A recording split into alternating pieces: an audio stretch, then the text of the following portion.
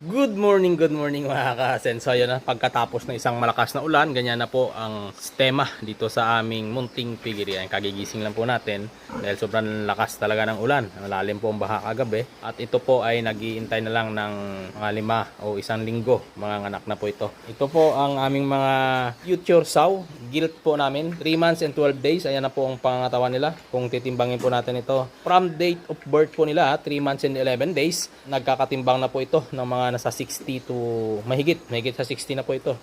Running to 70 na po yan mga ka-Asenso. Ayan, no? Diet pa po yan ha. Dahil kaka-transfer lang nila sa grower. Dahil 3 sako yung naubos nilang starter feeds. Supposed to be 2 sako lang dapat. Tig-1 sako lang sila. Pero ginawa kong tig-1 sako at kalahati. Dahil nga po gagawin naming inahin. Yung isa kukunin po yan ng kaibigan ko. So yung isa iwan ko dito sa amin. Ganun din po dito sa area na ito. Bali 2 din dito yung pwedeng gawing inahin. Ito naman po ay F2. Yun naman sa kabila is 3-way cruises na po yan. Bore na ginamit dito is F1 ng Landrace Pit Train. Yung nanay naman nito ay pang port parity nito. Ang hindi lang namin alam kung ano ang tatay nito. Pero ito large white Landrace din po ito. Pero hindi namin detect o malaman kung ano yung bore na ginamit dito nung ito ay pinanganak. Kaya hindi namin ma-determine yung talagang lahi. Pero maganda naman siyang gawing inahin sa katulad nating mga nagsisimula. Pero unti-unti po kaming nag-upgrade. Katulad po nito F2. Gagawin naming inahin ay ito po, dominant sa Landrace. Ang nanay nito, yun po yung sa gitna, large white Landrace. Tapos yung tatay naman ito is Landrace Pit Train. Pero ito wala po kayo makikitang batik na itim dyan kung ito po ay malinis. So dominant po ito sa Landrace dahil bagsak po ang tenga. 2 po dyan sila ang gagawing inahin. Pero yung isa dyan ay kukunin din po ng kaibigan ko. So yung 3 is patiners lang po yan.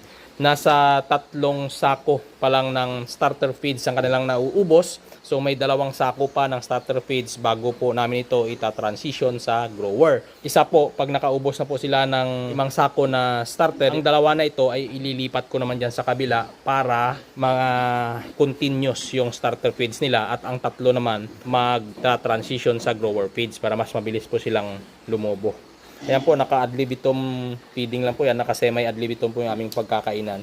Once nakakaramdam sila ng gutom, kumakain lang sila, umiinom, naka-direct naman na po yung water niyan. Kaya wala pong problema. Ayan po ang lagay dito sa aming piggery. Palong, ito po ay first terminal sow po namin. Ayan, no? Halos medyo mabigat na rin po. Nasa 100 plus kilo na rin po ang timbang nito. Pag umabot po ito ng 150, pwede na po ito pasampahan. So, tamang-tama lang po pag edad nito sa 8 months sa darating na November. Ayan o, malapit na. Malapit na po mapuno ito aming gestating at ang aming farrowing. So, pagdating po ng October, malalagyan na rin po ito ulit ng isa. Pagdating ng December, mapupuno na po ito. So, pag baba ng isa, kailangan akyat kagad yung isa. So, dapat 4 na tao po ang kailangan once na magbababa po kami ng inahin dahil kulang po ang aming gestating. Pero soon, early next year or late this year, makakapagpatayo po kami rito ng another na building para po naman sa paglalagyan itong gestating. So hindi po kasi biro o hindi basta-basta ang mga magagastos.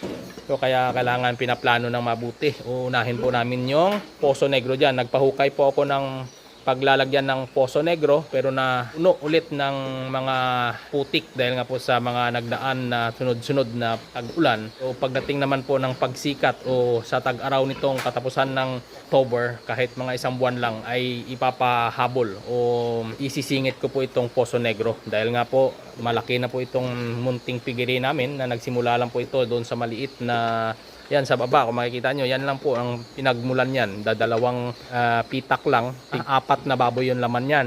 At sumunod, ito yung nakikita nyo sa baba. Bali 30 na baboy ang pwedeng ilalaman dyan. Sa patining area din po yan.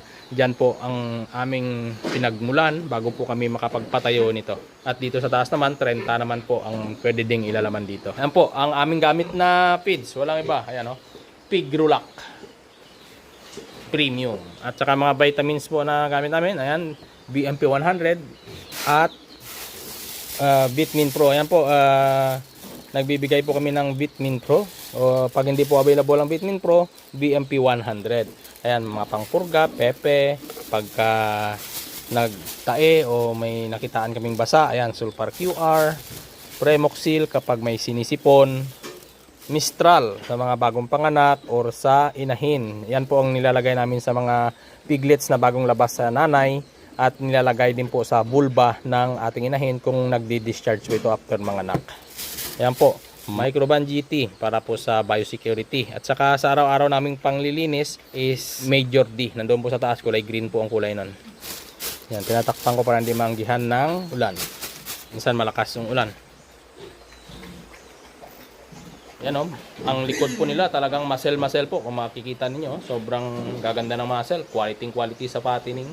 Ito po yung mga anak namin this week na sow. Medyo lumalaki na yung dede. Hopefully na more than 10 po ang ianak. Ganito din kalaki ang tiyan yan nung nakaraan. Nung nanganak ng 13 na peraso.